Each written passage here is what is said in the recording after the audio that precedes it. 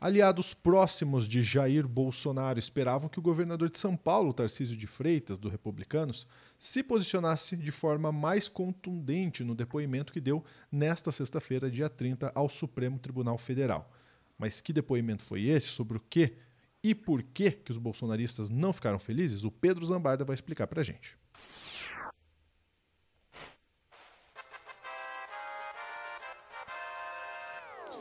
Vamos lá, deixa eu trazer o Pedro Zambarda aqui na tela, o arroba do Pedro tá ali no Drops de Jogos, para você seguir o Drops de Jogos, se inscrever no canal e também me seguir aqui no @lu.junior se você quiser. Vamos lá, Pedro, qual é o teor aí dessa discussão interna da extrema-direita? Bom, Lúcio, tá rolando os depoimentos, né, no julgamento do golpe, né, na primeira turma do Supremo Tribunal Federal. Eles não são gravados, televisionados, né, então a gente conta Infelizmente, muito... né? Infelizmente, porque tem algumas pérolas aí, o que a gente queria ver muito o Alexandre de Moraes fazendo os enquadramentos ali, né, ó, o senhor não pode mentir aqui, entendeu? Que você mentiu na Polícia Federal, mentiu para nós, né? A gente chegou nesse ponto. E tava aguardado com uma certa expectativa, e eu já vou falar de antemão, tá, gente? Vocês vão ver no noticiário da mídia o contrário, mas eu vou dizer tô fazendo uma aposta aqui com vocês. Eu acho que o candidato de extrema-direita ano que vem chama-se Tarcísio Gomes de Freitas. Ele não vai ser candidato ao governo do estado de São Paulo. Embora informações dos bastidores deem conta que ele não quer ser candidato a presidente. Mas acho que ele vai ser forçado a encarar essa missão de ser derrotado pelo Lula, talvez. Enfim, vamos ver como é que a coisa vai se desenvolver. A Mônica Bergamo dá essa notícia em primeira mão, Lúcio, que assim, os bolsonaristas queriam essencialmente que o Tarcísio desse uma de Bolsonaro para provar que ele é o bom substituto do Bolsonaro. Então a notícia que a Mônica traz pra gente é a seguinte: aliados queriam que Tarcísio enfrentasse Moraes em depoimento. Lúcio, o cara é governador de São Paulo. O cara já foi naquele King Kong que foi os atos em Copacabana para falar sim, a justiça persegue os golpistas do 8 de janeiro. Sim, coitada da Débora do Batom. Sim, não sei das quantas. Vocês acham mesmo que o Tarcísio vai lá confrontar o Xandão ainda mais depois de todos os depoimentos que rolaram essa semana? A troco de quê, né? A troco de quê, gente? É arrumar um problema para a cabeça. O governador de São Paulo foi considerado brando com o Supremo Tribunal Federal e decepciona bolsonaristas. Aliados próximos de Jair Bolsonaro esperavam que o governador de São Paulo, Tarcísio de Freitas, do Republicanos, se posicionasse de maneira mais contundente no depoimento que deu nesta sexta ao Supremo Tribunal Federal. Ele é testemunha de defesa no processo em que o ex-presidente é acusado de liderar uma organização criminosa que teria tentado dar um golpe de Estado e abolir o Estado democrático de direito no Brasil. Um dos aliados do ex-presidente afirma que chegar no Supremo e dizer que nunca ouviu Bolsonaro falar sobre golpe e que nunca participou de reunião golpista é fácil. Difícil, mas necessário, na visão dos aliados, é denunciar a perseguição que Bolsonaro disse sofrer. Lúcio, você é chamado para testemunha. Você vira na cara do juiz e fala: você me persegue! Ou então, você persegue o Bolsonaro. Você acha que isso ia dar certo? Não parece uma boa ideia. Tipo, é tipo, sei lá, você joga GTA e resolve bater na polícia. Você sabe qual é a regra do GTA, né? Você bateu na polícia, é 5 estrelas. É o que o Bolsonaro conseguiu batendo no Alexandre de Moraes. E fazer um contraponto ao ministro do Supremo Tribunal Federal, ainda que correndo o risco de ser advertido pelo magistrado. Um aliado cita o exemplo do ex-deputado federal Aldo Rebelo. Ele opinava sobre o sentido das frases. Quando Moraes pediu que se ativesse aos fatos, o ex-deputado chegou a dizer que não admitia censura e foi advertido pelo ministro, que chegou a dizer que ele poderia ser preso por desacato. Nada disso ocorreu. Tarcísio não confrontou o Xandão e, conforme relatado pela Folha, foi poupado por ele e pelo Procurador-Geral da República, Paulo Gonet. Durante o depoimento, o ex-ministro da Infraestrutura, cotado para disputar a eleição presidencial no ano que vem, se limitou a exaltar o ex-presidente e disse que a preocupação dele no período era que a coisa desandasse. O único comentário de Bolsonaro era que lamentava. Foi um período de situações difíceis, crises graves, Brumadinho, Covid, crise hídrica, guerra da Ucrânia, todas elas da melhor forma possível. Terminamos com superávit. A preocupação era que a coisa desandasse, uma preocupação com o futuro do país. O comportamento recente de Tarcísio de Freitas em relação ao processo tem sido duramente criticado por aliados próximos de Bolsonaro. Eles acreditam que o governador tem medo de criticar o Supremo, além de empenhar pouco para que o ex-presidente seja absolvido. Em manifestações de apoio, notam os mesmos aliados, Tarcísio se apega apenas aos slogans que pedem a volta do ex-presidente ao poder, mas nunca que confronte o Supremo Tribunal Federal. Esse núcleo mais próximo considera o comportamento de Tarcísio uma enorme decepção. Mas aí que tá, né? Se o cara quer ser presidente da República, ou se ele quer ser governador com mais tranquilidade, ele não vai ser suicida, gente.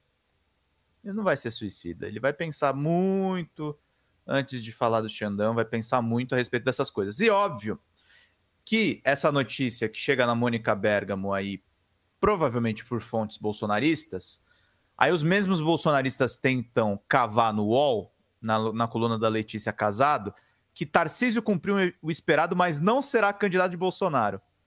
Lúcio, isso aqui é os caras tentando atacar o Tarcísio, tá? Você tem que se comportar, Tarcísio. E aí, Tarcísio, como é que vai ser o negócio? E aqui que diz o UOL. Tarcísio de Freitas, do Republicanos, fez o que esperava dele no seu depoimento no STF, demonstrou lealdade a Jair Bolsonaro, mas ainda assim não será escolhido da família do ex-presidente para a disputa das eleições presidenciais de 2026, a apuração da colunista Letícia Casado. Hoje, Tarcísio falou como testemunha de defesa de Bolsonaro na ação penal. No STF, sobre a tentativa de golpe de Estado de 22, o governador de São Paulo confirmou ter se encontrado com o ex-presidente, mas negou qualquer discussão sobre o golpe. Eu tenho conversado com as pessoas do entorno de Bolsonaro e de Tarcísio, e ao fim desses depoimentos a colocação é: Tarcísio cumpriu o mínimo que deveria ter cumprido, mas não será candidato da família em 2026 para a sucessão presidencial. Ele não será esse candidato. Eu vou falar para vocês o que realmente interessa para o Tarcísio ser candidato, tá? Primeiro, essa é a apuração do UOL, tem a apuração da Folha, a apuração do G1 de dois repórteres, o Luiz Felipe Barbieri e o Márcio Falcão, da Globo, também diz que Bolsonaro não teve intenção golpista, estava triste e resignado após a derrota de 2022, e disse Tarcísio, mostrando que a fala dele de fato foi tímida. Mas o que importa para todas essas pessoas, inclusive os bolsonaros que querem disputar 2026, Lúcio, é essa última informação. Saiu uma pesquisa Atlas em que mostra que no segundo turno o Lula pode perder para Tarcísio e Michele, além do próprio Bolsonaro. O levantamento ouviu 4.399 pessoas entre os dias 19 e 23 de maio. Margem de erro de 1 ponto percentual para mais ou para menos. O que mostra a pesquisa Atlas em Bloomberg? Michele Bolsonaro venceria Lula com 49-45. Tarcísio de Freitas ganharia de Lula por 48-45. E aí temos aqui o Jair Bolsonaro ganharia por uma margem mais apertada de Lula por 47-45. Eu estou dizendo que o Lula vai perder para o Bolsonaro ou para o Tarcísio ou para a Michele, gente? Não estou dizendo isso. Eu estou dizendo que agora, Lúcio, que já começou a disputa de 2026, vai começar a sair pesquisa Atlas, vai começar a sair a Genial Quest, vai começar a sair todos os institutos de pesquisa, e se o Tarcísio começar a pontuar melhor do que a Michele, não é o caso dessa pesquisa de hoje, se o Tarcísio pontuar melhor do que a Michele, ele vai ter que ser o candidato do bolsonarismo, tá?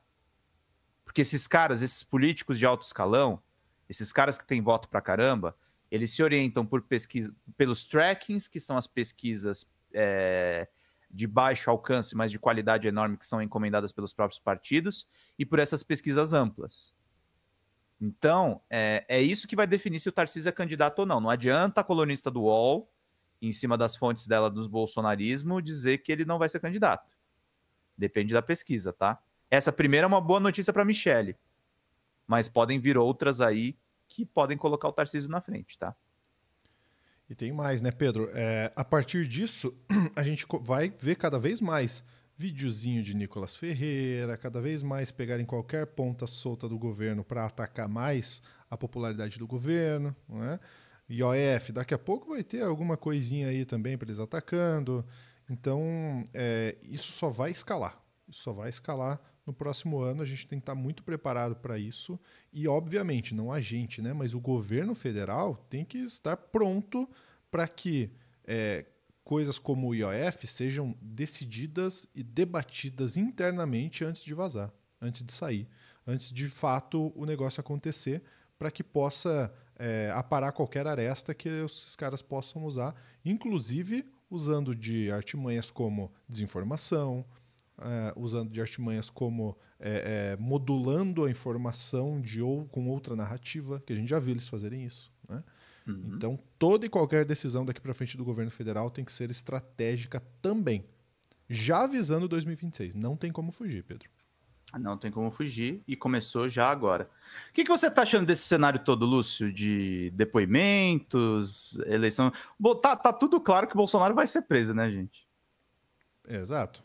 O que eu tô achando que o Bolsonaro vai ser preso e eu espero que aconteça ainda esse ano, porque se acontecer ano que vem, isso é um problema, né? Isso se torna um problema.